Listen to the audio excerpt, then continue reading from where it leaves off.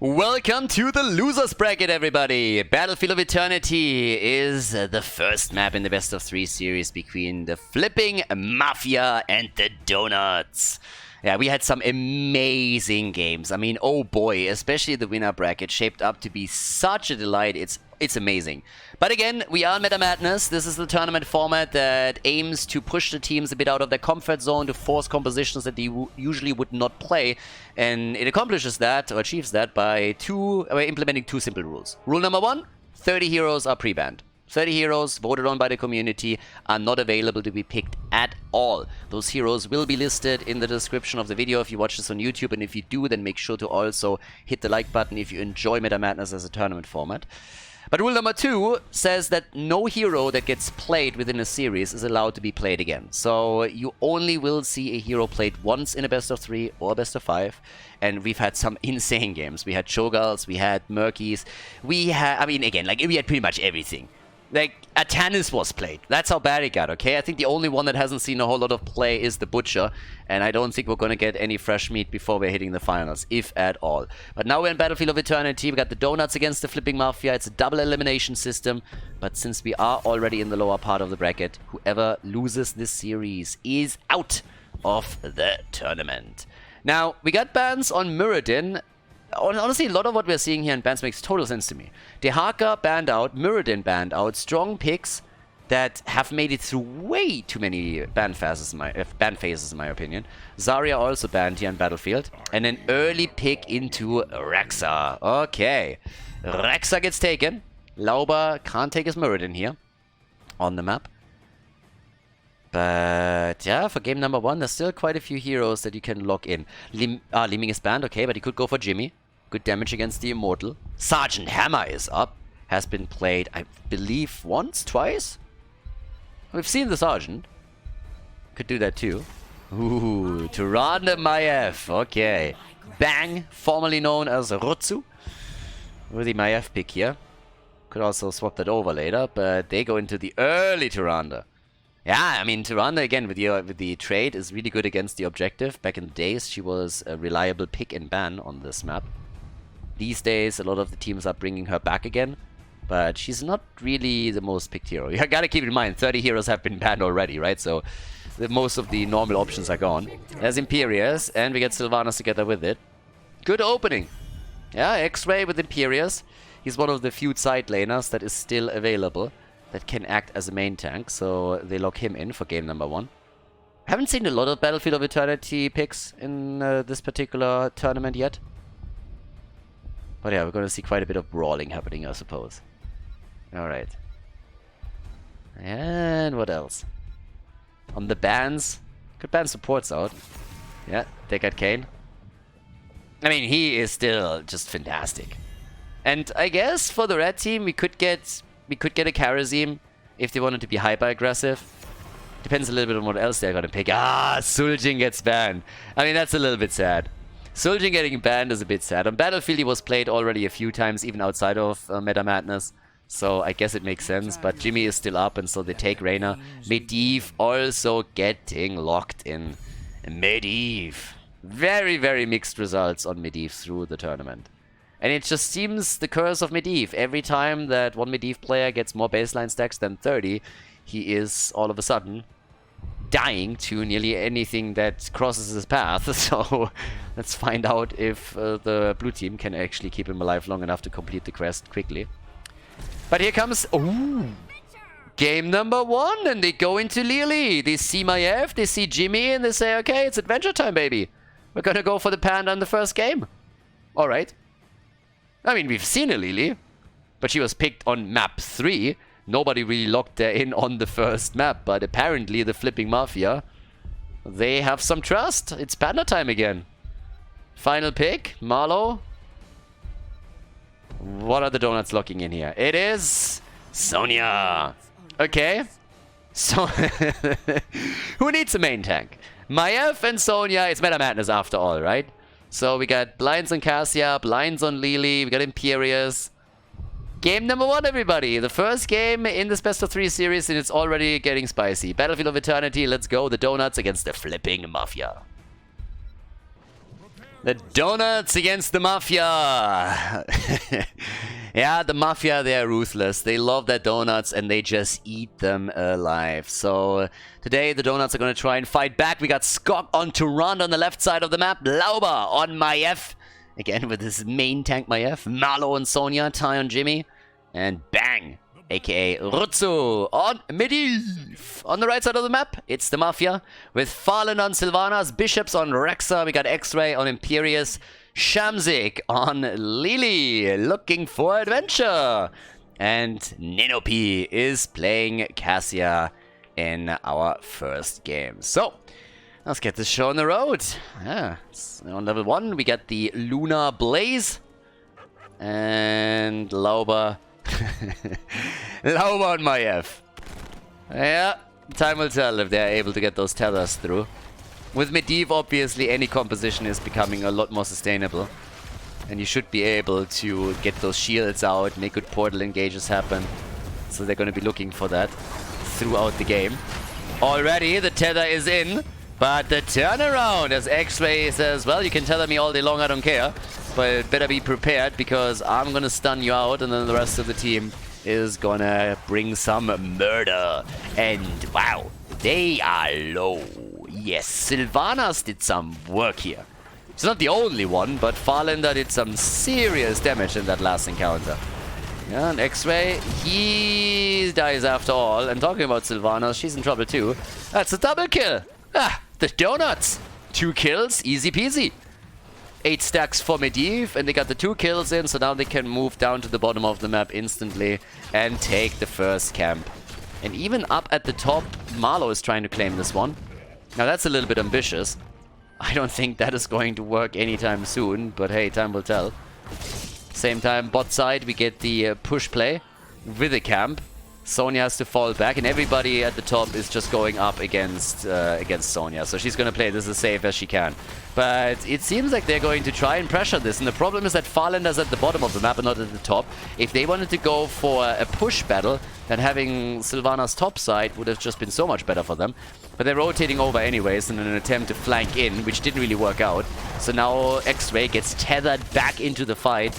Loses quite a few hit points, but is still high enough in HP to survive through all of it. But yeah, here we go. So for now, we got Farlander attacked again, and there's always these pesky stuns coming from Tyrande. Stacks on the Behemoth armor now. And some stacks also for Cassia, of course. The Panda with a level 1, free drinks. I'm all for those, by the way. Oh yeah, baby. Free drinks? Yeah. Bring 'em. Bring 'em. Sounds like Lily is not looking for adventure, but for Ladies' Night. So, yeah. 2 kills to 0. Level 5 kicking in soon, too. And they are invading this, aren't they? Yeah, they're actually going for it. Okay, if they can lock this one in, that would be insane. But Sonya dies, and yes, you can't expect that the red team just rolls over and, yeah, surrenders. Nope. Medivh is dead, losing his stack, so they got very aggressive on this, and now they're losing 2, they're losing 3, they lost the stacks on Medivh, and all of a sudden the entire game flips. Yeah, they're not called the Flipping Mafia for nothing, they just flipped the game on its head. So 2 kills to 3, topside pressure against Stukov, and there's the stun, and I assume he's gonna make it out. Maybe they can't even get the kill? Hello? No, not with the spear missing like this. So the halftime show is already taken. Oh, Animal Husbandry on top of that too. Oh yeah. I mean, he was one of the players that brought Rexa into the game in the first place. So now he is going to show everybody how the Animal Husbandry is going to work out on this one. Yep, we got Jim with the pew pew pew on the left side. Over here, they're trying to defend. Yeah, there's the stun, and they need to get through the portal quickly. Okay, so they got a bit of damage through. With Jimmy, they were able to burn this down slightly, but don't forget, Jimmy went into Exterminator to make that happen. But at the end of the day, they're still losing the objective. Now, it's way better than it could have been. They burned those hit points down very quickly, they needed to. But in an ideal world, they're going to get a kill or 2 here. And they're trying. They're going for the Panda again, and Lily is completely zoned out. But keep all of these blinds in mind that they could also use. Imperius is dead, but so is Tyrande. Lauber is trying to go for the tether, and he connects it well, but they are all low. Marlo is on the run. There's the shield. He tried to go at least for a counter kill, but that didn't work either. So now we're looking at 5 kills to 3. Both of the teams on level 7 talents. And they are pushing through the bot lane a bit further. But as long as Ty is alive, he can use his level 1 talent to just take it down really, really quickly. Especially if there's nobody to zone him away. And yeah, pressure him even further. So we still have a lead in experience. It's half a level that the Mafia is ahead right now. Top side, Sylvanas is helping them with the pressure play too. Medivh is already back to 15 stacks. Yeah, he's stacking quickly. Back to 15, so that's good for him. Down at the bottom, they're still making a bit of a play. We got Skog now also with a quick move over. Yeah, potentially able to get another camp. But the red team is red. Like, a lot of these plays are pretty telegraphed, but at least this one they're able to sneak in. And the Mafia is also not willing to take every fight here. Especially now that they are half a level ahead. If that translates into a level 10 advantage on objective number 2, that gives you a head start. So since there is Jimmy with Exterminator on the other side, that's something that they're probably would like to have. But also X-Ray is dead and Shamsik is also gonna die. Yeah, I mean, at first they didn't want to take the battle and then they get caught like this. It's of course a problem of going up against Medivh too. These portals make all of this so unbelievably unpredictable. And yeah, they talk about being unpredictable. There's another portal as they push them straight away from the fort so that they can take the entire thing down. Thankfully for the red team, Bishop is sitting at the top and is doing the same thing here. So the Donuts, they just trade a fort for a fort. But they got some extra kills on top of it too, and that makes it pretty much worth it. The more time passes, the better also for Bishops, because he's still capitalizing on the animal husbandry. But now there's only one camp up. This one is up in another 20 seconds, and that is just not enough. So yeah, that timing doesn't work out for them. That's the only good thing that came out of the earlier fight for the Donuts. So now they got their camp going, but the opponent can't go for it and take their own because, well, they have to deal with the pressure on the objective first. There's the leap, alright. Oh, Bestial Wrath is taken too. Leap, Bestial Wrath, Starfall is also in. Cassie hasn't made a move yet, but this is gonna get interesting here. Rexa, oh, X-Ray, careful. The older Tyrande, and he moves out. But there's the bear up at the front. Oh, big hit, but not big enough. Yeah, she got some damage out, and they're following it up with a Hyperion, but Laupa! No heals for the Lulba, and X-Ray is zoning them all away. Maiev is dead, so is Sonya. The delivery system comes in, and it's the end of Tyrande, and spoiler alert, Ty is gonna die if they really want him. I mean, if they want him, he has no chance of escape. It's just not happening. So, yeah, there's no way for him to get out. It's Jimmy after all. He doesn't have an escape tool. He doesn't have any of that. Top side is now pressuring, and that is some serious shit that's happening right now. 9 kills to 5, and the Mafia are murdering. 21,000 damage. The top damage dealer at Sylvanas against the 24,000 that Lauber has with Maiev. But they are locking in the halftime show again. And of course, we should expect them to also get the Immortal. Unless, of course, they lose a fight now. But things are still looking good for them.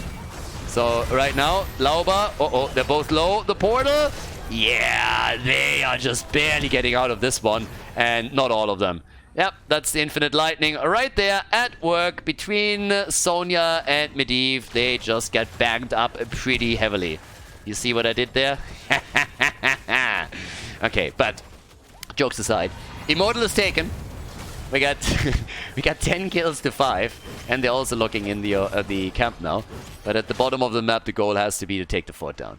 So yeah, they're gonna try to take that, and I honestly don't see a reason why they shouldn't be able to claim this.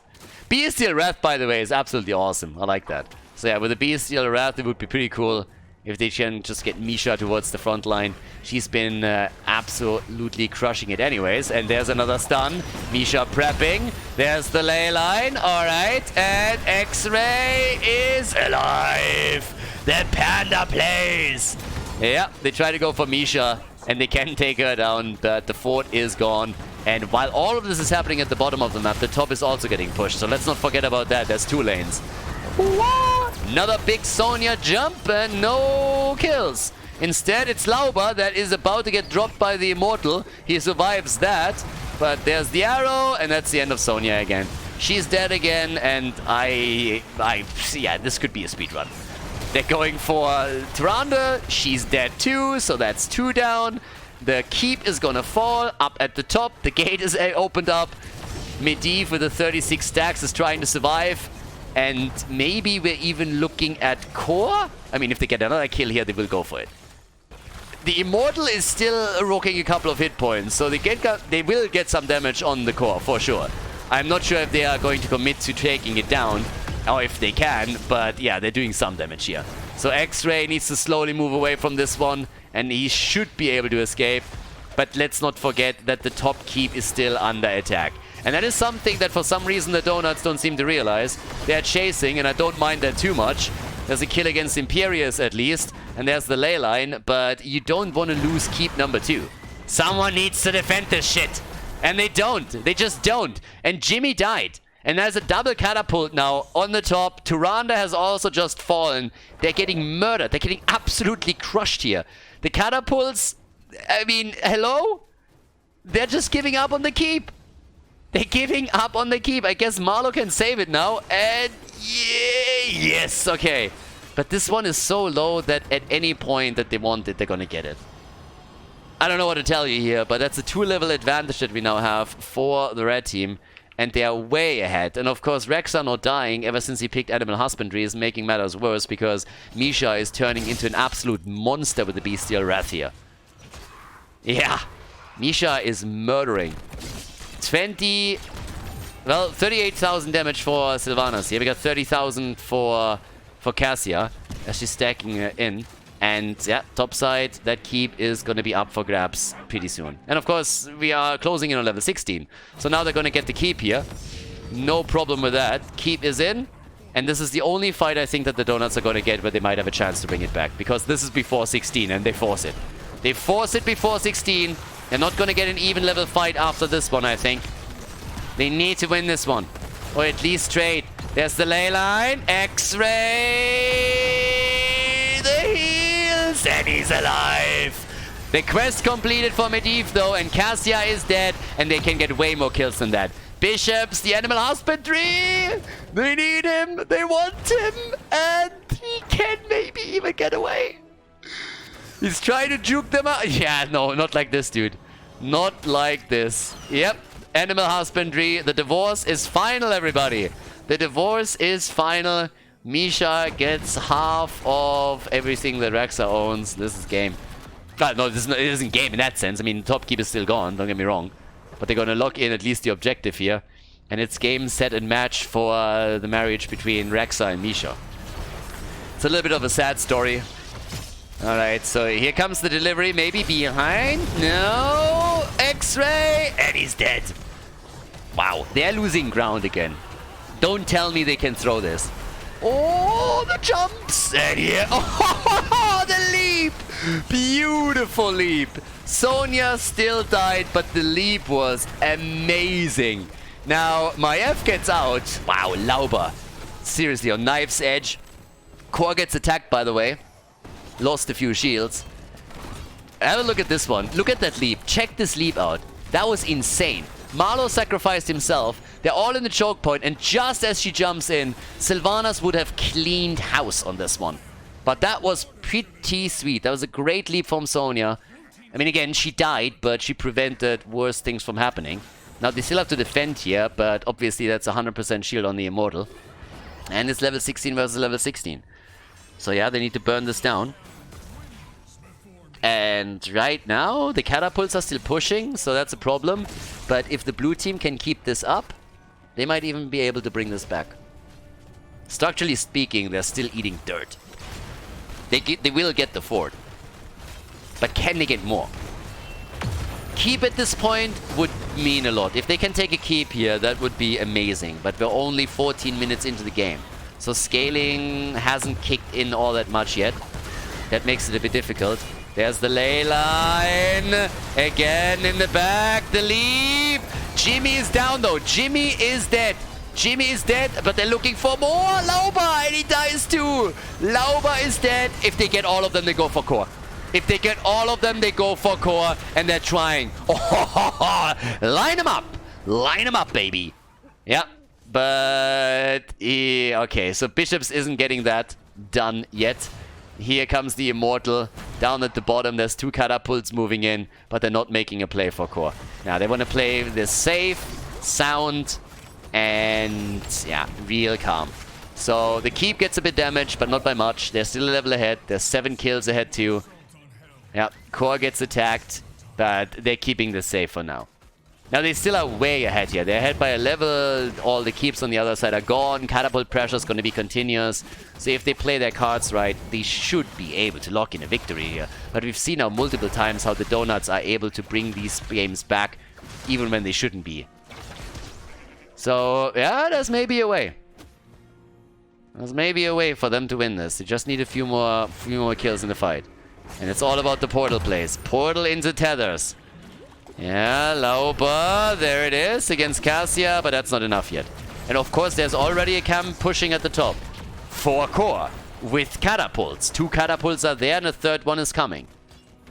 They have to react to this. There's no way that they are just brawling it out at the bottom of the map. This is gonna hurt. If that hits the core, that's gonna hurt. And they know they need to deal with it.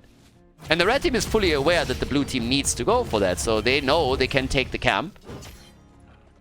But these guys, they want the fight before 20, don't they? I mean, they want the battle before level 20. And they don't give a shit about that push. There's the leap! And the insta blow up on Lily. And Rexa is dead too. Oh my god. Holy shit. Beautiful. What a nicely coordinated engage. 1 down, 2 down, and they get the 3rd one. 3 down, but now they got the Hearthstone. Because, yep, the catapults are on the core. The core is going to take some damage, but honestly, I call worth. At that point, you just got to call worth. Yeah, it's going to take some damage, but it's not going to be enough. 82%, 79. Jeez. Can you imagine if the fight just had lasted longer? Not even if the Mafia would have won it. Just imagine that fight going another 15-20 seconds. The Donuts core would have been down below 50%. And instead, they had just sacrificed a couple of core points. They got 3 kills and they win another objective with 100%. And this time, we might even talk about a core move. Because now we're 17 minutes into the game. And this one's gonna hurt. The Mafia is on the ropes. The Mafia is on the ropes now. 14-18, and here comes the Spirit Bond. Alright. Alright, Spirit Bond is in. Jug of 1,000,000 cups. The ults are ready and upgraded by the Donuts too. Now first and foremost, well, we get the Execute Order. More Hyperion, more win. The Ariad Crater. You can say what you want, but these guys are gonna go for some serious aggression now. No keep. For the longest time, they didn't have a keep anymore. And now they're not only going to take a keep here, but they're obviously going to attempt to see if they maybe can drop the core too. If they can get kills, it's possible. Oh, but Lauba, careful. It's 50% of the HP pool gone. There's the Ariad Crater, and they go for the hit. Ley line, but nope. Yeah, they're dancing around a little bit too much here. Oh, the spear misses. X-Ray gets killed by the Immortal. X-Ray gets killed by the Immortal. Lauba gets dropped. Oh boy. And look at Farlander. Wow. Yeah, Farlander's crushing them. He's gonna get away. But yeah, he took 2 kills here. And now the keep is gone. The core will take some damage, but they're defending. Core is gonna lose. And might lose. Oh my god. Farlander's not stopping. Can't stop, won't stop. Is he finally gonna get eliminated? Yeah, they take him down. But that's 53% on the core. Jimmy is back. Tyranda's still alive. And now all of a sudden, on the core, the blue team is ahead. And it's only a single structure that... I mean, this is the only lead here that the Mafia still holds. And the wall is open. How did it get to this point? Seriously. The Mafia is having massive problems now. 67,000 damage by Farlander. Just imagine if Farlander wouldn't be able to do what he just did. He killed 3 heroes. Single-handedly, in the backline. With Sylvanas. Jumping in between them and murdering them.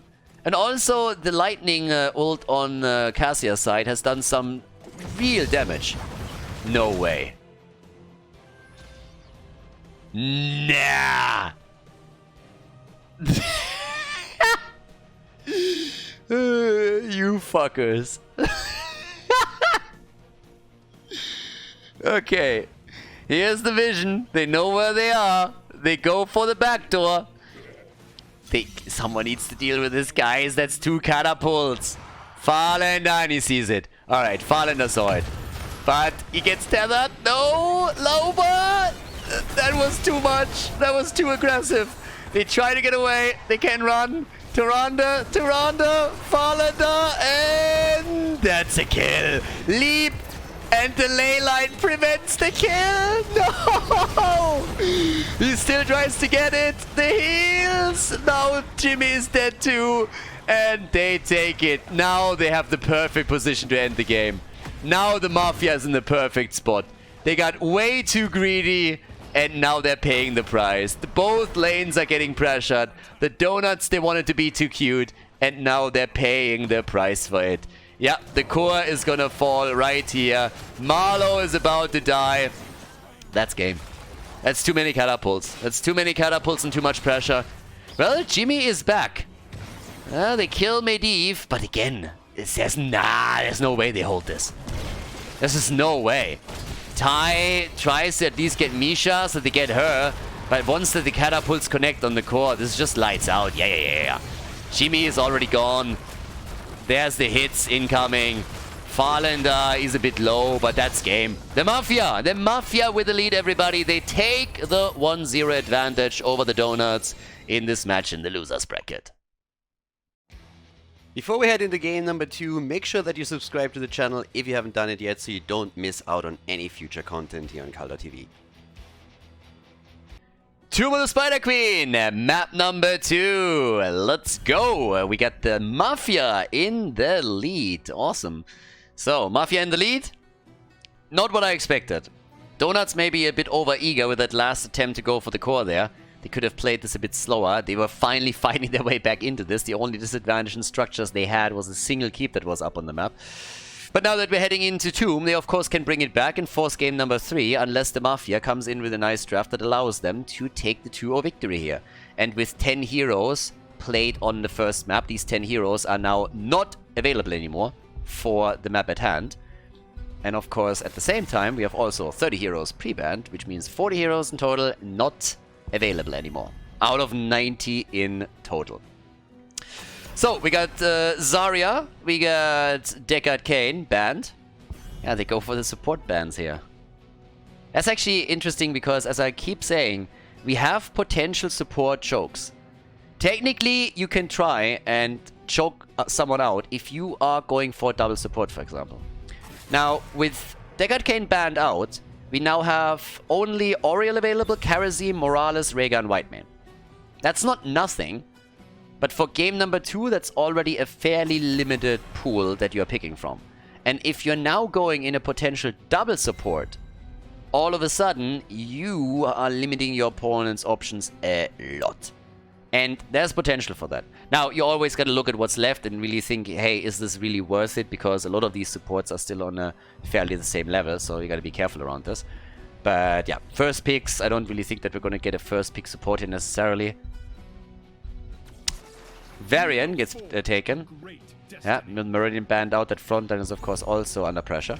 And with Varian claimed, there's no Tyrande anymore. Ooh, early Whitemane. Okay. That was a quick one. The Hogger and Whitemane locked in right away. Now with Varian, you can still go for Kharazim. If you go for a taunt into a 7-sided strike, for example, that would be kind of neat. Rhaegar also. I mean, Kharazim and Rhaegar are probably the 2 best options that you at this point have. Tomb of the Spider Queen doesn't rock as many camps. Rhaegar is still nice when you're trying to take one quickly. But yeah, with Varian here, you want to have some stun follow-ups. Okay, Mephisto and Yrel gets taken again. Okay. There we go. Yrel once more. And she's pretty much a go-to support in a lot of the compositions right now. We've seen her multiple times. A lot of utility, of course, with the whip alone that you can use on a map like this. But no Kharazim here for them. And in comes the next ban. It's a bit dangerous what the Donuts have. Mephisto is strong. He's really strong when played correctly. And with this many heroes not available, there's of course a lot of natural counters that you would pick against him that are not available any longer. So here comes Leo. Well, gets banned. Still got plenty that they could take for the side lane. And, well... they are taking their time, but there's the Tyriel ban. Now, as far as the tanks go, Arthas and ETC are still available, and so is Mal'Ganis. That's pretty much your only options. Yeah, right now, with Imperius already taken before, unless you want to go for Chen as a main tank, which some teams have done, then you pick between Arthas, ETC, and Mal'Ganis. Those are your three actual tanks that are still available here. Yeah, pick your poison. I mean, yeah, there's the Mal'Ganis pick. And Kel'Thas! Kel'Thas, everybody. Here we go. Alright. Yeah, Kel'Thas is in. Mal'Ganis, Dehaka, Kel'Thas on top of that. It's a lot of CC. And I'm personally happy to see the Fire Mage here. So, yeah, there we go. What am I going to get as the last one? If you want to have a bit more damage, I mean, you could even... By the way, we have still Falstad up, Phoenix, Genji. There's tons and tons of damage dealers. And there's Suljin. Okay, this time they go for Suljin. Oh boy, this is getting good. Yeah, Suljin is in. They banned him on Battlefield of Eternity because the Donuts played him in the past, but now he gets played on Tomb of the Spider Queen, where we have seen him before too. And yes, this is... They want Axe, they're gonna get Axe. Game number 2, Tomb of the Spider Queen, ladies. Nano P with the last pick for the Mafia. It's Falstad. They can go for the disengage here. Let's get this party started. We got the Donuts against the Flipping Mafia and Tomb of the Spider Queen. Let's see if the blue team can force the third game or if the Mafia is closing out the series with a 2-0. Game number 2, Donuts against Mafia, and we got Axe. Oh yeah, Skog on Chen. Lauber on Varian in the second game of the series, Malo on Yrel, and Suljin gets played by Ty. Honestly, given the quality of the games and how many kills we usually see, he should know. He should go into stacks. Recklessness, yes, I agree, is fantastic, but at the same time, given how many heroes usually die in these games in Meta Madness, you could go stacking here. Now, Bang plays Mephisto. That's two insane damage dealers if you can give them some space. Again, Madness rules obviously already considered. And, well, falling down Falstad, Shamsik on Whitemane, X-Ray on Mal'Ganis. We got Bishops on Dehaka, and Nano P with Kel'Thas. Okay. Yeah, 40 heroes were banned. If you're going to game number 5, then the 10 that you see... sorry, game number 3. Then the 10 that you see here will also be unavailable to the teams for picking. And as you can imagine, that would make things even more crazy. Especially notable on the supports. But as it stands, we got the Panda now down at the bottom of the map. Lauber obviously soon coming in with the taunt here. And my eyes are on Suljin. Suljin in his late game stacking, that's gonna be the biggest question mark here. If Ty is able to do that well, then they, well, first of all, he needs to make sure that he doesn't die. But yeah, if he can stack into the late game, then it's gonna be real rough for that front line to stay alive. Especially if he's able to, I mean, again, you wanna just like stack for the auto attack damage. If he gets his level 7 and gets the double cleave through, he can stack up on that too. So, the Donuts, they are gonna be eager to force game 3. And I don't mind. Game number 1, not for a while as if they could maybe turn it around, but that little backdoor attempt at the bottom of the map kind of screwed them. Didn't work out, got scouted, and then of course the result was that they got flanked and taken. And talking about taking them down, Chen is dying. Yeah, that's a few gems lost. Not a massive amount, but again it counts, especially in the early game. So they got the kill in, and good for them. Funnily enough, we have still a gem lead for the Donuts, even after they lost all of those. Which is kind of interesting to me. As another drag as they're trying to escape. X-Ray, he's alive. Alright, 4 versus 4 down here. X-Ray is ghosting out, and they're able to escape. Alright, fair enough. Nothing really happening in that little match, outside of the fact that, of course, a few stacks came together. Not only for Suljin, I mean, we're talking Falstad, for example, with the 19 that he has on the Gathering Storm. But Ty already at 5 stacks, that's kind of nice. If you get the 15, then you get the first quest reward and you get the extended range, which is huge. And there's a kill on Farlander. Yeah, good for them. Yeah, getting the additional range is kind of nice because it makes it easier to stack the rest. And of course, he stayed much safer. And now with the taunt in, he should be able to get some stacks together. And already an adjustment from Falstad as well. So he goes early on into the updraft for the repositioning and for the extra shield. A bit more survivability for him too.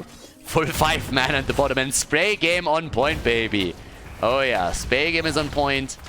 They take the camp in the middle. Down here the siege giants are now claimed. Level 5 versus level 5. And Falstad is up at the top. Now you got a double global for the Flipping Mafia. If they can use that once that the map opens up a bit and maybe some forts have been destroyed, it would be nice for them. But yeah, Ty is playing it out against Farlander all the way up at the top. Weaves a few auto attacks in. Slowly. 7 stacks. Again, he's closing in on the first quest reward. Half of it completed. There's the drag into the tower range. Nicely done. Well played. It's a bit of damage. Everything counts. And they go for Ty. He's still alive though, so he's still Gucci. And honestly, together with Yrel, Suljin can even be more of a threat than later on. So yeah, we're gonna keep our eyes on that. I guess he gets the auto attack speed.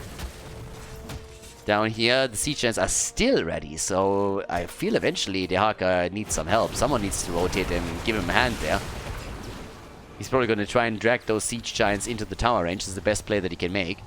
Turn-ins have not happened yet. Both of them have enough to get first turn-in completed. At least now.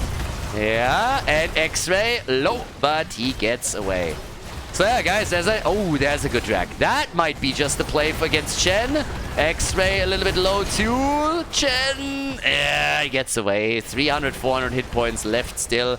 Here comes the energized cord right there. And by now we have 13 stacks for Suljin. And he goes into the Arcanite axis. So that's exactly what you want to go for. Once you have the 30 stacks completed, you will get the double swing, even more stacking potential. And they are already on the back foot a bit at the bot lane. The damage output that we're seeing from the donuts is nothing to frown upon. Yeah, and he is getting closer and closer. Normally, Suljin isn't really that big of a threat in most games, but if you are able to stack him, oh boy, that late game is just going to be a disaster for you.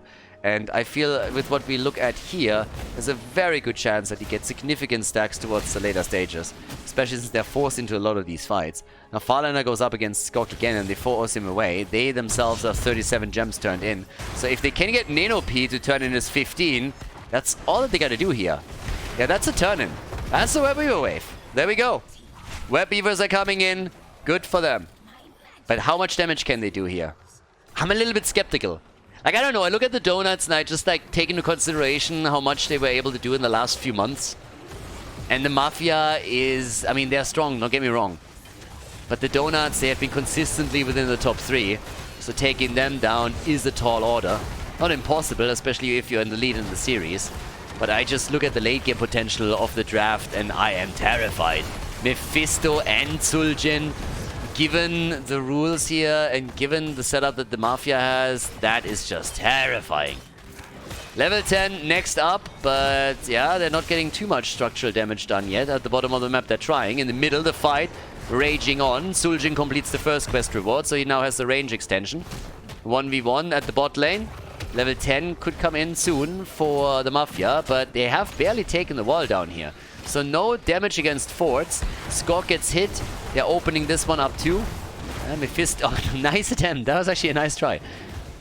Didn't work, but the thought was there. And they go for Ninopi a little bit as they're trying to take him down. And here's the level 10 abilities.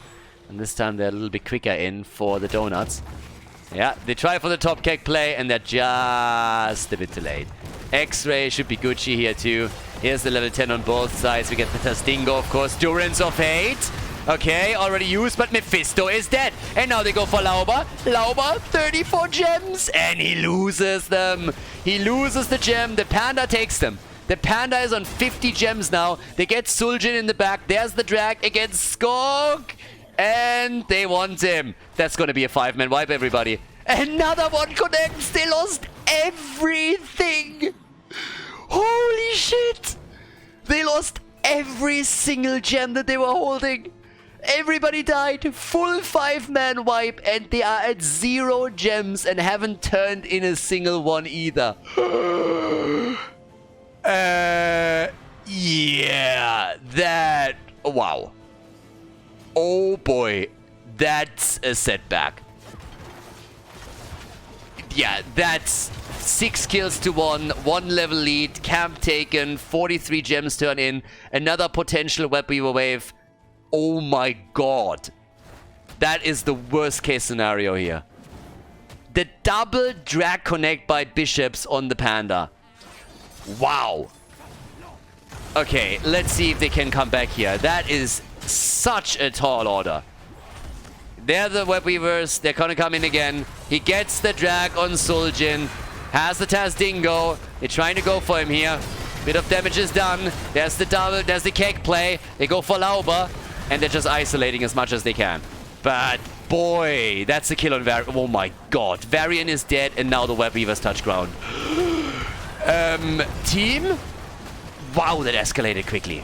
Oh my god. There's the level 13. Pyromaniac is in. We got the Flow Rider. And have fun dealing with all those web weavers now. Yeah, they need to push this.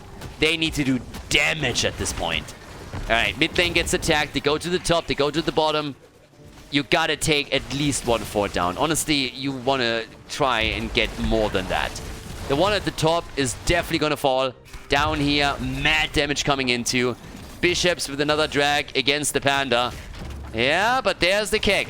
There's the keg, and they go for bishops. He pops the essence, but there's the rest of the team helping him out. And the panda's low. The panda's at 50%.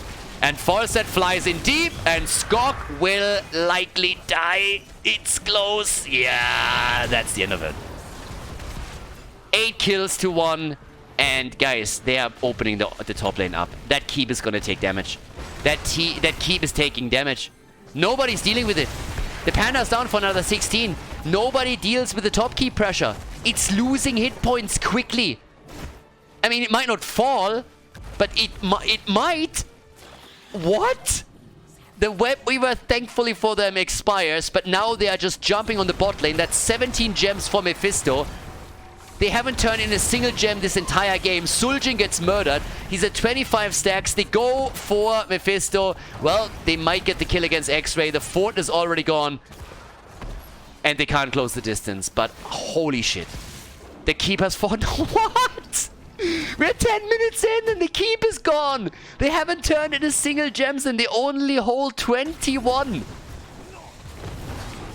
What a brutal flip in this game. Yeah, the Flipping Mafia, they are once again staying true to the name here. 2 level lead. 1 keep is down. 2 forts destroyed. Full map control. And 43 gems to 33. That's insane. That's just blatantly insane what just happened. And Bishops, I mean, he's the Tong Master. He definitely is. Oh yeah. I mean, holy hell. He's a mythical creature at this point. 1 connect after another. The Panda's again in trouble.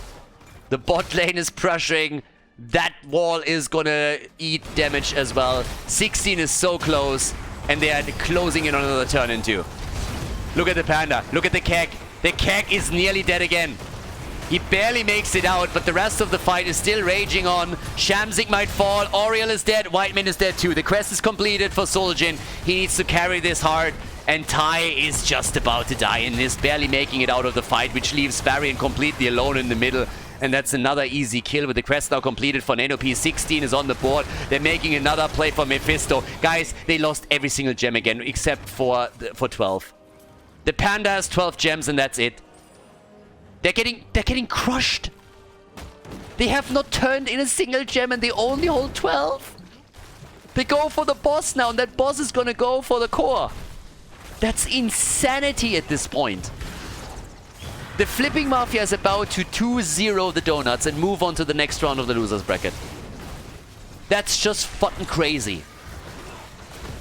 After they won Battlefield of Eternity, I was honestly sitting here thinking to myself, well, The Donuts, they kind of screwed it up themselves in the late game. They're going to take this series now and they're going to win, at least here on Tomb with the draft that they have. And then after that, I guess the Mafia, they fought well. They valiantly fought, but it's going to be a win for the Donuts at the end of the day. And now look at what's happening here. Wow. Great play by the Mafia.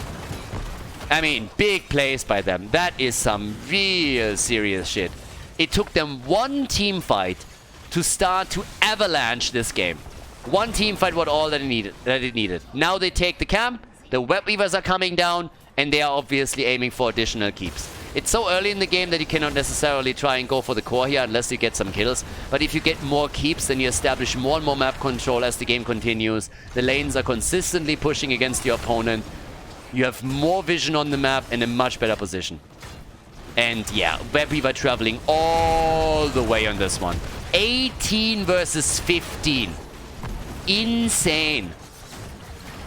The Mafia is eating the donuts alive. Yeah. They're eating those donuts one after another. They're taking them down. The Donuts, they currently have a lot of holes in their defense. And, well, they're getting exploited. Here's the level 16 at least, so that helps them a little bit. The lightning reaction, they need a few of those in order to bring this back. Still, we got the birdie alive. They defend in the mid lane, though. They defend in the middle of the map. Mal'Ganis is moving back now. Webweaver's on the core, and down at the bottom of the map, the keep is taking some damage, but it's not really getting crushed or anything. So, for now, it's not enough. Mafia should have tried to do a little bit more out of this one. But they opened both of the keeps up. And one of them took some damage. And they're getting closer to level 20. So, yeah, there's that. Ha! It would be quite the comeback if they can pull that off. But we'll see. The damage output for Zul'jin is at 40,000. 60,000 damage for Mephisto. Now again, keep Zul'jin in mind. He is a late game hero. Always was. Always will be. If Ty makes it 220 with good stacks on the baseline, they can bring this back. His auto attacks are shredding. And he also is stacking his level 7. And yeah, those are big hits here. There's the keks.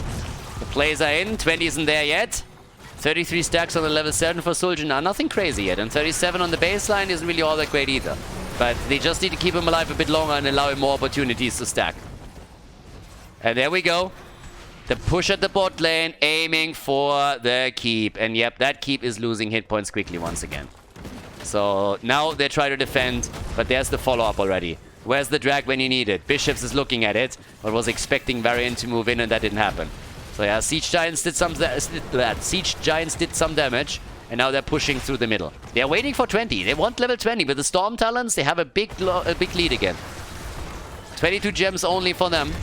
2 kills to 12. Lauber, the drag! And there's the damage output again as X-Ray moves into the back line and tries to zone them away. He's a little bit low, but he has the mobility through the Fell Claws, and he uses it to get away here. Bishops also in trouble. This time he's down.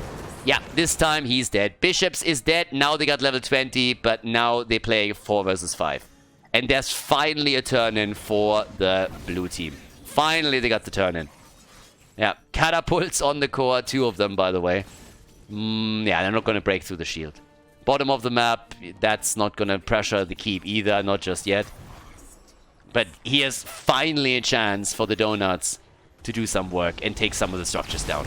Another 35 seconds until Dehaka is back to business. We by now also got the wrong place one time. We got 44 stacks on the Arcanite axis. 109 stacks for Falstad, by the way, so it's not only him that's stacking. Alright, there's again the Gust. Mighty Gust is in. They're fighting a 4v5 with level 20. I don't know why, but they're trying to get the kill here, and they might be able to drop Lauber. Aegis at 48 points. Aegis is 48 points. X-Ray, they're trying to isolate him. He needs to try and get away with the Fell Claws here. X-Ray is about to go down, and I mean, again, they got close for a second, but why would you fight? Why without the level 20, without the 5th hero on the map? If they get the quick kill, then maybe, but the Panda isolated one. And I mean, again, they got close, but now, of course, you have problems because the Web Weavers are still pushing. You need to try to defend somehow. It's bishops at the bottom of the map that tries to deal with the isolated web weaver here, and Farlander's flying in too, so they have the mobility. But now the fort in the middle is down. The fort at the top is also eliminated. Level 20 talents are in. They're trying to push this back a bit and apply some pressure to the bottom keep. And that I can appreciate. But up at the top, guess what? The Donuts have the same idea. They want to take the keep down too. So now the Mafia, they might have been a little bit too greedy. They played a great game, but that last fight was a bit unnecessary. Yeah, Farlander gets stunned into the wall and he dies. Unbelievable. They're throwing it with both hands. They're throwing the game.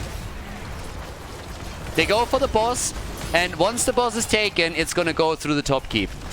And all of a sudden, we're even in structures, more or less. The only difference, the fort down here. The Mafia is throwing the game away. They had an insane advantage. They denied the opponent gems twice, and then they make these plays and get killed individually outside of team fights, and now they're gonna lose the top keep. That's insane. That's just insane. Yeah, that's the end of the keep. I mean, that boss could go core. This could be game. This could be game. Unbelievable. The Mafia with a massive, massive throw. Well, they're trying to defend here. The root is in against Whitemane. They put one down in the corner, and well, that's Nidopi dead. Kel'Thur's down.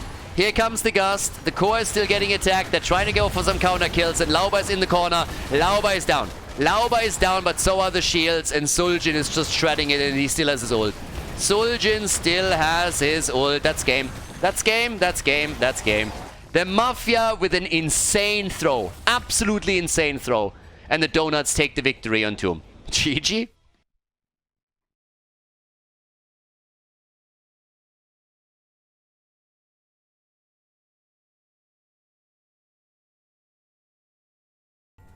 Well, I guess that's how you throw a game. So it is a third map coming up. I'm not complaining. 3 maps. Hey, count me in. That means that 50 heroes are now banned before we're entering the draft. The 10 that were played on the second map are obviously also not allowed to be played. But holy shit, I cannot believe this just happened. The Mafia were so far ahead, and then they just, yeah, threw the game. And the Donuts took the victory. Now guys, as we're heading into this, I want to point this out again, especially for the people that are watching this on YouTube. If you enjoy the show, if you like the tournament, make sure that you check out the link of our sponsor, Hightech, that is in the video description. Again, they check where people are coming from, and of course if they see interaction and some traffic on their website through a tournament like this, it is much easier for me in the future to talk to them about hosting additional events like Meta Madness. So again, for you guys it's a click, but it really helps. And of course if you're in the market for something, then check the shop out for sure, but even just visiting the website helps a lot. So make that happen if you haven't done it yet. Because again, they're one of the few companies that are still investing in Heroes esports. And well, they are not a lot of them around, and I'm very, very happy to have Hightech as a partner. So if you guys haven't checked them out, then you should definitely do that. The link is in the description, as already mentioned. Appreciate it. Now in game number 3, and Shogal gets banned, and he should be banned because he has been a regular in the 3rd game. And yeah, it's just nuts. Now, the interesting part is also that, of course, now the entire hero pool is starting to really, really dry up. We have 4 tanks left and 4 supports left. They got Kayn, Karazim, Morales, and Rhaegar are still up. None of them banned out this time. But there's the easy pick in they got Kayn. Yeah, if supports are a rare commodity, you want to pick them early. And with Muradin banned, that leaves us with 3 tanks. We have Tyrael, ETC, and Arthurs. Those are the 3 that can still be played. And I mean, technically, you could pick 2 of them, right? You could go for like some weird Arthur's Tyrael stuff and then leave your opponent with ETC. So if you want to force them into a certain direction, you could do that. But there, of course, is... Oh, Kerrigan finally makes it into a game. Our girl was banned out multiple times, but this time she sees some play together with ETC. Now, how is the Mafia going to react? They have to pick a tank now. They got to. If you don't pick a tank here, one is going to be banned out, and you're going to be left with whatever is still available. I mean, There's Arthas and there's Jaina. Team Frost, baby. We are back to Team Frost. Oh, yeah. Deckard, Kane, Arthas, Jaina. That is a lot of slows in control. Woo!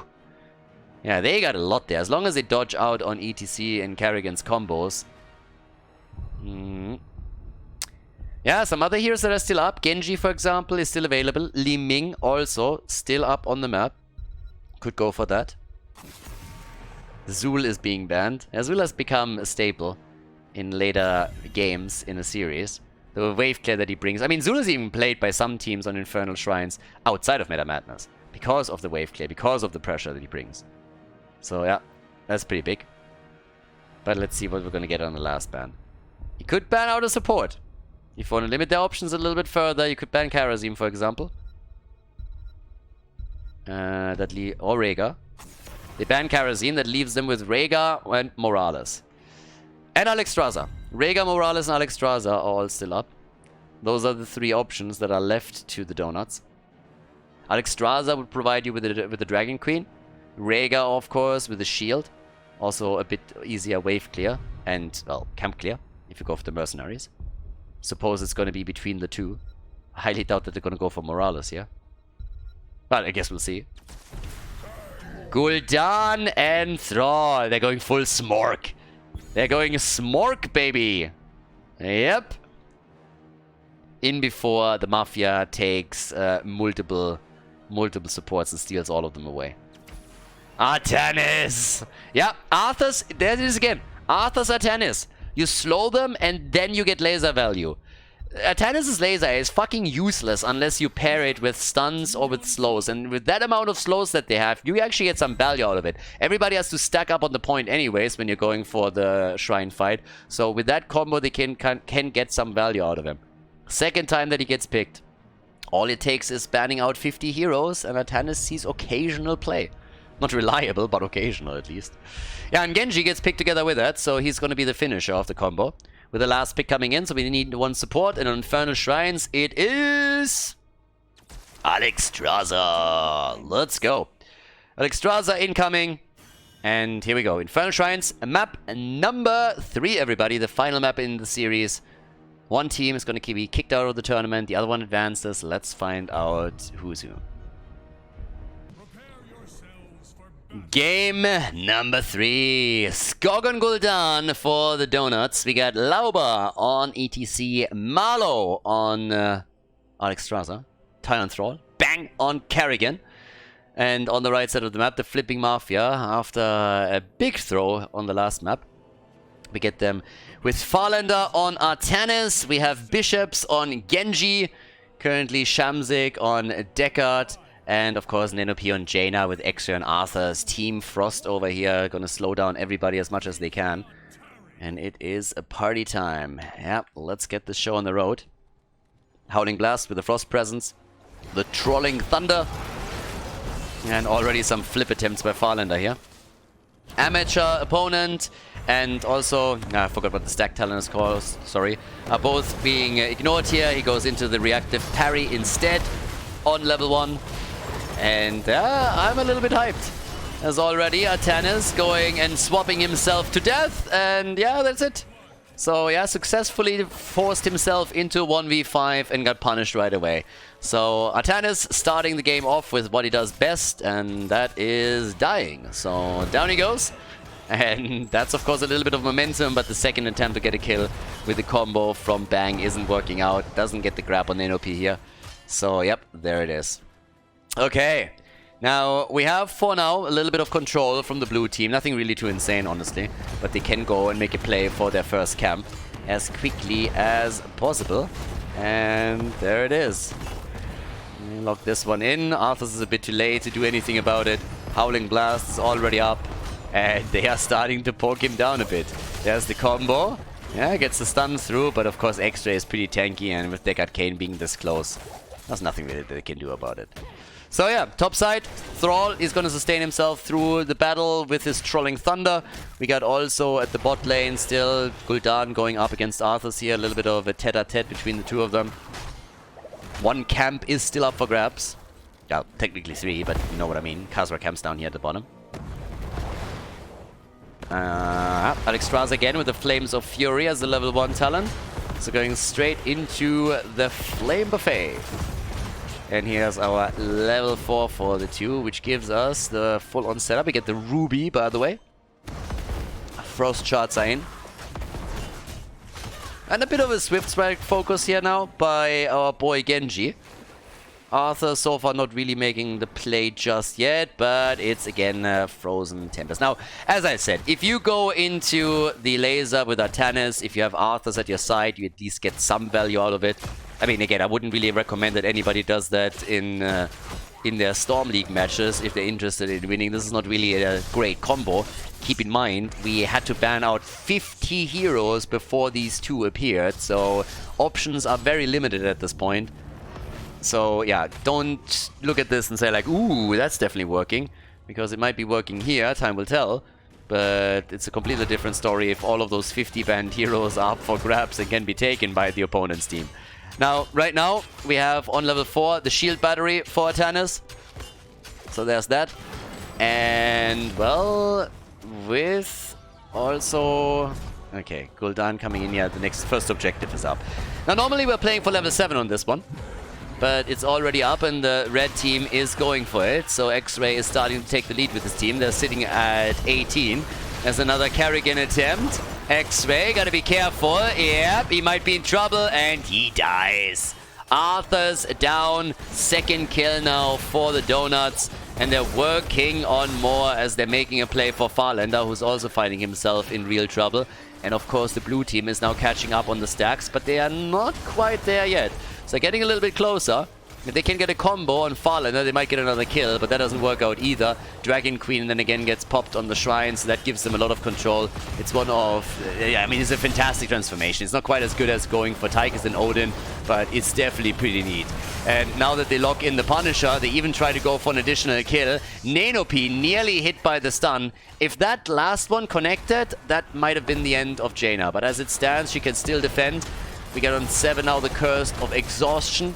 We have the Ancestral Wrath in, and the Frozen Punisher is of course a bitch to deal with. So he's just annihilating everything here, making sure that all of the structures are useless, and that might even allow them to take the fort. Now I don't think they're going to get the entire thing, but dropping it this low to begin with is already a big win. Quick slide out, and yeah, they're eating a lot of dirt over here, but at least for now they'll keep it. It's not going to last long though. 2 kills to 0. Carrigan and Thrall were still sitting between middle and top and doing their thing. Besides that, on top of it, we got the Emerald, we got the Augmented Guard now. Artanis with the Solarite Reaper, and the Icebound Fortitude for our boy Arthurs. Alright. Okay. With all of that, we have up at the top, Farlander again in trouble, and he's dead again. Artanis down for the second time, but here comes the counter kill. With Deckard Cain slowing them down, Genji is taking advantage of the situation, but he himself finds... they get another kill. Alexstrasza is down. Genji for just a moment was in trouble, but with Deckard Cain healing him up, they could bring this back. So now it's 3 kills to 2. We still have a bit of a lead for the Donuts, but those counter kills were kind of important. So the Mafia is fighting back and has apparently recovered from the loss on map number 2. But they gotta still be doing a little bit more here. And particularly, Genji will be the one who has to get some kills in that backline. The stacks are slowly coming together, and especially for Gul'dan, it's actually at a decent pace. He's on 22 stacks now that we're hitting, or about to hit level 10. 14 for Lauba, so the Globe quests are also looking pretty decent. Camps are now taken by both teams. Gul'dan is actually attempting to take the one at the bot lane by himself. Not quite sure if that's gonna work out, especially since Arthas is already rotating over. But they got level 10. It gives us the Horrify again. And, well, careful. Yeah, there's a potential mosh pit on the horizon, so he could mosh pit this if he wanted to. Yeah, decides against it, but there's the Horrify. Easy Horrify, and the combo against Jaina. Ultralisk is out, and Deckard Cain prevents the worst. What an ult. Without that, there would have been no chance. So they go for Genji instead, and Bishop's Extra is out and dies on impact. That honestly looked like he X-striked and he died when he touched the ground. But yeah, Nenopy gets caught by the last few edges of the Sundering here. Doesn't really matter too much though. He still is able to get out. Jaina hasn't taken an ult yet. I suppose we could see the Ring of Frost here. But that's still 4 kills to 0, a lead in experience, and now taking the camp at the bottom, and the fort has been destroyed too. So yeah, good damage against all of this. Now let us take a quick look up at the top. Yep, Ty is still doing pretty well on the lane, has done some damage to the opponent's gate and towers, and he himself, yeah, has also suffered some, but still, upper hand. The Ring of Frost is in. Ding that ring, baby. Yeah, if you have a setup from Deckard Cain, for example, that would be nice. We got the suppression pulse, by the way. I mean, again, you are hitting pretty much everybody on the shrine. It's still a little bit of a sad panda move. If you're already going for the Arthur's combo, then I expected them to just go and fully embrace it with a laser. Instead, they're making sensible plays here. How dare they? How dare they? Yeah, so that's pretty decent for the fight itself, as long as they use it as the battle is going ham. And, well, that is exactly what they're going to try and do. There's the Dragon Queen taken early. ETC slides out, and this is normally the moment when you are the red team and you're just like piecing out. Because Dragon Queen is insanely powerful, and yeah, they're taking a big lead on this one already. The ring with a connect on ETC, but that's the only one that they're catching here. The old man, here comes the suppression pulse too, and that doesn't really work out for them. Not even a little bit. Instead, it's Arthur who finds himself in trouble. Genji is coming in with the X-Strike and is hoping for a kill that he's just not gonna get. Instead, Bishops is now about to fall. He barely gets out. Farlander, on the other hand, I'm not quite sure if he's gonna make it. Another power slide from ETC could be the end of him. Carrigan is already looking for a combo. Goes for a bit of a body block, and yep, there we have even more. Farlander's dead. Is he? Yeah. Artanis is dead again. Yeah, dead Tannis. 5 kills to 2, level 13. And I don't know, every single time we have a team fight, it just feels like the Donuts are taking control. Granted, we had the 2 kills earlier when one of the kills against Artanis was punished. But in big team fights, when it's a 5 versus 5, I can't really help myself. I'm looking at these battles and it just feels like the Donuts are never really in danger in these fights. So the Mafia has to step it up in those big team battles if they really want to have a chance of winning the series. Because right now, they are just running away again, but they get the kill. There it is. Okay, they get the kill against Thrall. Another flip. What about Shamzik here? Can they get more? Yes, now we're talking. Finally, a little bit of aggression, but no, Jaina and Deckard Cain both die. Now, they get an additional kill, but Bishops is also in trouble, and he makes it out. Both of them are insanely low. And in the back, Farlander on Artanis, he's still trying to get something done, but there's so many stuns against him. Now they body block him, and he's gonna die again, isn't he? Yeah, of course he's gonna die. Artanis is just dead. Dead, dead, dead, dead, dead, dead, dead. 4 kills against him. That's 8 kills to 5 in total. 2 forts are now down, and they're taking even more experience at the top. Oh boy. Yeah. Down at the bottom of the map, Bishops and Nenopi. They're of course pushing this back. But it's starting to get nasty. 28,000 damage for Carrigan. As long as she gets the stuns and ETCs the slides, they're going to be fine here. Yeah, and they're getting even more aggressive, as you can see. They're trying to invade this maybe even. Now, our girl isn't done yet, and neither is Gul'dan. He's 4 stacks away from completing his quest, which should be plenty of time to complete it. Oh, nice Chrysalis. Still pressure against Carrigan, don't get me wrong, but the Chrysalis prevented the insta-kill. Now they're going for Genji, and they get a beautiful kill after the Horrify. The ring with some serious work. Carrigan dies, but they are also starting to chase Artanis down. And just look at the Ultralisk. Chasing Jaina, and Nenopi isn't happy. Stutter stepping it out, though, and is able to get the kill. But here comes another move against X-Ray, and he doesn't have the army anymore. He's running out of mana. There's the slide, and Arthas is dead. Arthas gets deaded again. Oh boy. Level 16, the Ruinous Affliction. Gul'dan is about to complete his quest. He only misses 1 stack and then he's done with it. And they're burning the bottom of the map down. The gate is taking damage. They're doing the same thing in the middle, and they can steal the opponent's Shaman camp away while they're trying to defend and waiting for Arthas, of course. Or just go for the forward. I guess that counts. Yep. Take the fountain and take the lead. They're trying to save the fountain at least. I guess they could. Depends a little bit on Gul'dan here. Yeah, but no, they're saving this. Now, Kerrigan is still here. 16 versus 15. They got the talent advantage. Oh, that would have been something.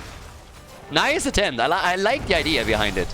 Using the wall. Oh, the mosh pit. And the insta-kill on Genji. And the Horrify against Jaina. Oh, that power slide is gonna hurt. Doesn't even have to. Jaina is dead. There's the Dragon Queen. They're chasing them. The quests are all completed for Gul'dan. For Arthur's. Arthur's on the run. Deckard Cain also trying to get away. But the Wolf connects and he dies. And of course, up at the top, they're putting X-Ray into a corner. Literally. So, yeah, he's getting cornered and everybody's just ganking up on him. X-Ray is down, and that's the end of the top 4 too. 14 kills to 6. They are murdering. Absolutely murdering. They're 8 kills ahead, 2 levels ahead. They can go for the objective. Only the keeps are standing. They're stealing the camp away. And there's just pretty much nothing that can be done by the Mafia now. The Mafia needs a big teamfight victory, and it seems so far away. It seems like there is no chance for that to ever happen. 39,000 damage by Gul'dan, and they are isolating Artanis once more. And there it is. Kill number 5 against the punching bag. Yeah. 5 deaths on Artanis. And now, even in the mid lane, they're trying to make more plays, as Kerrigan is not even with them. Kerrigan is obviously topside, just trying to get the objective here. So yeah, this is kind of problematic. Now, Ty, he gets killed. The Horrify came in a bit too late, but they might still get a kill on Arthur's, and yes, he goes down. The Ring, on the other hand, that was a neat one. And they at least drop Gul'dan too. I assume that Lauba is able to get away. But that makes the defense so much easier now. It's a 3 versus 3. And the top side could now be... That was a pretty delayed Ultralisk, I think. Yeah, that one didn't really do a lot. Now, they open the gate up, and I guess they can get the tower taken down too. But up at the top, they have to open this up. I don't really think that they can do a whole lot with the Punisher. They're still early in the game. But yeah, either way. So, for now, level 20. Artanis. Not again. Not again. Genji! And there's the Mosh Pit. Mosh Pit to save the day. Kerrigan is coming in. They got Alexstrasza. The Dragon Queen is ready. Can they get the heals? Kerrigan! And she's dead. Kerrigan is dead. Artanis useful. Who would have thought? They get a kill and they get a double. And now they are starting to throw it a little bit too hard. They get a bit too greedy on this end. Reminds me mildly of what went on in game number 2. Now, we got the quest completed for Jaina, so that's a big step into the right direction. Gives her ice block. But of course, the level 20 talents are also available for the donuts now, which is a big power spike. But they can steal some stuff away. They got Jaina at the bottom pushing this out. And honestly, they're not really that far behind in levels. If you look at the experience gains that we've seen so far, the hero experience, it's nearly not a difference. There's a difference of 6 kills. But the later in the game you kill, the more experience these kills gives you. So early game kills are not really all that impactful. And we had quite a few for the donuts. So at this point in time, that is just more to be had here.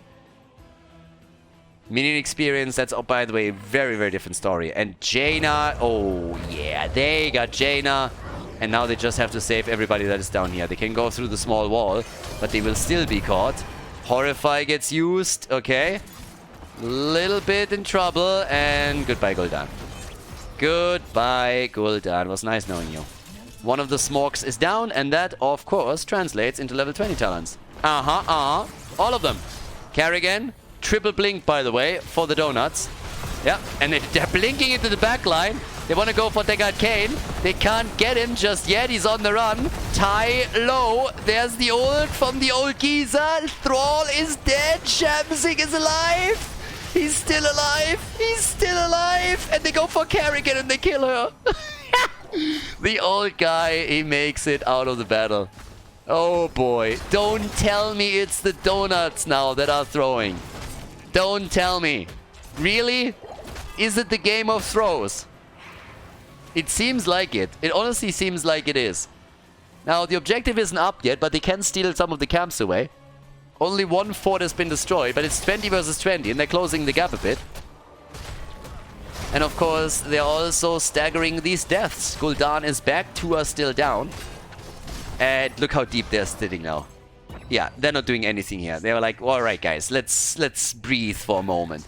Let's just let it happen, sacrifice a fort or two, and just let them do their thing. And then we're gonna fight it.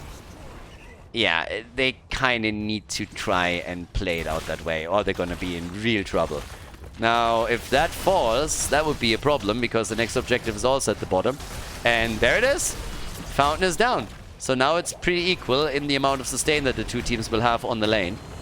And that's objective number whatever. But if the Mafia takes it, then I don't know how to tell you this, but structures would be dead even, because that fort won't stand a chance. So here's the fight. That's the important one. That's the important battle right here, right now. And yeah, Farlander's trying to irritate them a bit. 50,000 damage on Genji. He's going to be the lower one looking for the fights. Dragon Queen is up. There's the Sundering. They go for X-Ray. Mosh Pit. And Thrall is dead. Thrall is dead, but so is X-Ray. The ult of Deckard Cain comes into late. Gul'dan drops and Kerrigan blinks out. Genji with the X-Strike saves himself, but he gets crushed by Alexstrasza regardless. The Mortar Punisher, on the other hand, is now taken and moving through the bot lane. Yeah, this is getting way closer than I expected it to. There's the stun, power slide, and Shamsing is still alive. Deckard Cain, he's not dying any longer. Nope, he's not. They try to go for Kerrigan. The bottom fort is obviously falling now. There's no saving that. Ooh, nice lockdown. Neno P with the attempt to drop Lauber. Lauber's a little bit low in mana too. He doesn't have a lot left. And Kerrigan is dead already. Kerrigan is dead already. And Lauber can't even go towards the fort, or he's gonna get dropped by the Punisher. So now we're talking keep. Guys, there's only 2 survivors here. There's only 2 survivors at this point. 16 to 19. 22 to 21. The fuck is this shit? What's happening here? The Fiesta.